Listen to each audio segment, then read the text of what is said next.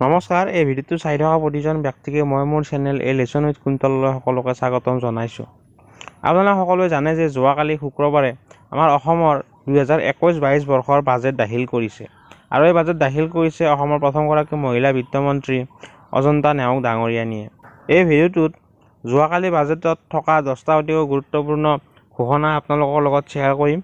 আশা কৰিছোঁ আপোনালোকে ভিডিঅ'টো চাই ভাল পাব। তেনেহ'লে আহক আজি আমি ভিডিঅ'টো আৰম্ভ কৰোঁ।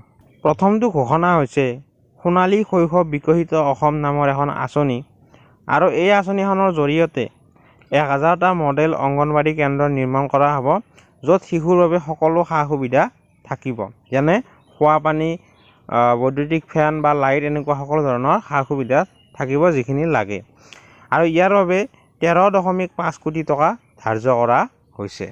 2 নম্বৰ ঘোষণাটো হৈছে নতুন জিলা গঠন। সুশাসন সম্ভৱ কৰাৰ দিশত আন এটা প্ৰধান প্ৰয়াস হ'ল তামুলপুৰত এখন নতুন জিলা সৃষ্টি। ইয়াৰ দ্বাৰা অৰ্থনৈতিক কাম কাজ বৃদ্ধি আৰু উন্নত প্ৰশাসনীয় নিয়ন্ত্ৰণ সম্ভৱ হ'ব। তো আহি থকা সময়ত আমি তামুলপুৰক এখন জিলা হিচাপে দেখিবলৈ পাম। 3 নম্বৰ ঘোষণাটো হৈছে নতুন চিকিৎসা মহাবিদ্যালয়সমূহ।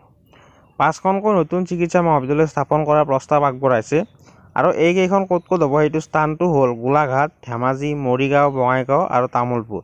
আৰু প্ৰতিখন চিকিৎসা মহাবিদ্যালয়ৰ বাবে 16 কোটি টকাকৈ আবণ্টন দিয়া হৈছে। 4 নম্বৰ ঘোষণাটো হৈছে কাৰ্বি আংলঙত ৰাজ্যিক বিশ্ববিদ্যালয়। পাহাৰীয়া জিলাসমূহ আৰু ইয়াৰ দাঁতিকাষৰীয়া অঞ্চলৰ ছাত্ৰ ছাত্ৰীৰ উপযোগিতাৰ বাবে কাৰ্বি আংলঙত এখন ৰাজ্যিক বিশ্ববিদ্যালয় স্থাপন কৰা হ'ব আৰু বৰ্তমানৰ ডিফু চৰকাৰী মহাবিদ্যালয়ক ৰাজ্যিক বিশ্ববিদ্যালয়লৈ উন্নীতকৰণৰ বাবে সম্ভাৱনা পৰীক্ষা কৰা হ'ব। যদি এইখনতে কৰিব পাৰি তেনেহ'লে ডিফু চৰকাৰী মহাবিদ্যালয়ে ভৱিষ্যতৰ ৰাজ্যিক বিশ্ববিদ্যালয় হ'ব আৰু যদি নহয় তেনেহ'লে নতুনকৈ স্থাপন কৰা হ'ব। 5 নম্বৰ ঘোষণাটো হৈছে ডিব্ৰুগড় আৰু শিলচৰত নতুন চিৰিয়াখানা হ'ব আৰু ইয়াৰ প্ৰাথমিক লক্ষ্য হ'ল দুৰ্যোগৰ সন্মুখীন হোৱা বন্যপ্ৰাণীৰ উদ্ধাৰ আৰু পুনৰ সংস্থাপনৰ লগতে অসমৰ প্ৰাকৃতিক ঐতিহ্য সংৰক্ষণ কৰা। 6 নম্বৰ ঘোষণাটো হ'ল অৰুণোদয় আঁচনি, যিটো আঁচনিৰ কথা আপোনালোক সকলোৱে জানেই। বৰ্তমান প্ৰতিমাহে 20,21,500 গৰাকী মহিলাক 830 টকাকৈ 167.78 কোটি টকা মোকলাই দিয়া হৈছে আৰু এই আঁচনিৰ অধীনত নতুনকৈ 6.36 লাখ হিতাধিকাৰীক অন্তৰ্ভুক্ত কৰা হ'ব। মানে নতুনকৈ আৰু 6.36 লাখ মহিলাই এই আঁচনিৰ পৰা উপকৃত হ'ব আৰু ইয়াৰ মাহিলী সাহায্যৰ পৰিমাণ 830 টকাৰ পৰা 1000 টকা কৰা হ'ব। 7 নম্বৰ ঘোষণাটো হ'ল মাইক্ৰ' ফাইনেন্স উদ্গনিমূলক ব্যৱস্থা। ইয়াত বহুখিনি কথা লিখা আছে, আপোনালোকে চাই ল'ব পাৰে বা স্ক্ৰীনশ্বট মাৰি ল'ব বা পজ কৰি চাব পাৰে। মই আপোনালোকক শ্বৰ্টলি কথাখিনি কৈ দিওঁ যে চৰকাৰে এই মাইক্ৰ' ফাইনেন্সৰ ঋণ ঘূৰাবলৈ 3টা শ্ৰেণীত ঋণ লোৱাসকলক ভাগ কৰিছে। প্ৰথম শ্ৰেণীটো হ'ল যিসকলে চৰকাৰৰ প্ৰতি আশা নকৰি তেওঁলোকে নিজেই নিজৰ ঋণ ঘূৰাই আছে, তেওঁলোকক পুৰস্কাৰ হিচাপে 25,000 টকা দিয়া হ'ব। এইটো হ'ল প্ৰথম ভাগটো। আৰু দ্বিতীয় ভাগটো হ'ল যে যিসকলে 3 মাহ পৰ্যন্ত পইচা দিয়া নাই, ঋণ ঘূৰোৱা নাই, তেওঁলোকৰ সেই 3 মাহৰ যিখিনি দিব লগা আছে সেইখিনি চৰকাৰে দিব। লগতে তেওঁলোকে যদি চৰকাৰে সেইখিনি দিয়াৰ পিছত যদি তেওঁলোকে নিজে মাৰিবলৈ ইচ্ছা কৰে তেনেহ'লে চৰকাৰে পুৰস্কাৰ হিচাপে আৰু 25,000 টকাকৈ দিব। এইটো হ'ল ছেকেণ্ড ভাগ। আৰু তৃতীয় যিটো লাষ্ট ভাগ হয় সেইটো হৈছে যিসকলৰ একেবাৰে পইচা নাই, তেওঁলোকে ঘূৰাব নোৱাৰে, 3 মাহে হৈ গ'ল নিদিয়া বা 4 মাহে হৈ গ'ল, সেইবিলাক নাই আৰু তেওঁলোকে ঘূৰাব নোৱাৰে, তো সেইসকলক গোটেইখিনি ধাৰে চৰকাৰে মাৰি দিব। 8 নম্বৰ ঘোষণাটো হ'ল নিবনুৱা যুৱক যুৱতীৰ সংস্থাপন। চৰকাৰে 1,43টা বিভিন্ন বিভাগৰ পদত অসমৰ নিবনুৱা যুৱক যুৱতীসকলক নিযুক্তি দিয়াৰ প্ৰস্তাৱ আগবঢ়াইছে আৰু কোনকেইটা বিভাগত কিমানটা পদ নতুনকৈ ওলাব বা সেই হিচাপত নিযুক্তি দিয়া হ'ব তাৰ লিষ্টখন মই দি দিছোঁ, আপোনালোকে চাই ল'ব। এইখনে হ'ল লিষ্ট, যি লিষ্টত কোনটো বিভাগত কিমানটা নিযুক্তি হ'ব সেইটো বৰ্ণনা কৰাই আছে।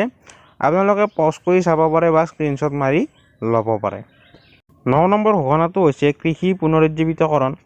আমি সকলোৱে জানো যে অসমখন হৈছে এখন কৃষিপ্ৰধান ৰাজ্য।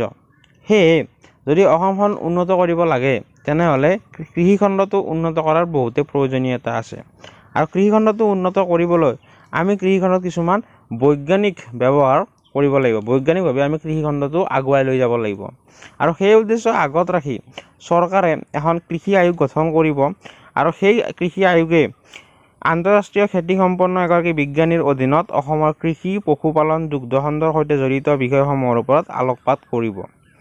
এই আয়োগে কৃষি উৎপাদন, গাখীৰ, কণী আৰু গাহৰিৰ মাংস উৎপাদনৰ ক্ষেত্ৰত আত্মনিৰ্ভৰশীলতা আহৰণৰ বাবে অধ্যয়ন কৰিব আৰু উপায়ৰ পৰামৰ্শ দিয়াৰ লগতে আগন্তুক 5 বছৰৰ লক্ষ্যত উপনীত হ'বলৈ প্ৰতিবন্ধকসমূহ চিনাক্ত কৰি এক ৰূপৰেখা প্ৰস্তুত কৰিব।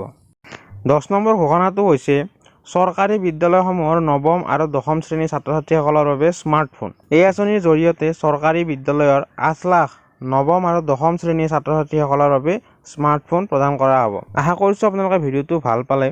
এই ভিডিঅ'টোত মই মাত্ৰ 10টা ঘোষণাহে দিছোঁ বা আঁচনিৰ কথা কৈছোঁ, কিন্তু আৰু বহুতো এনেকুৱা আঁচনি বা ঘোষণা আছে যিটো মই এই ভিডিঅ'টোত সন্নিৱিষ্ট কৰা নাই।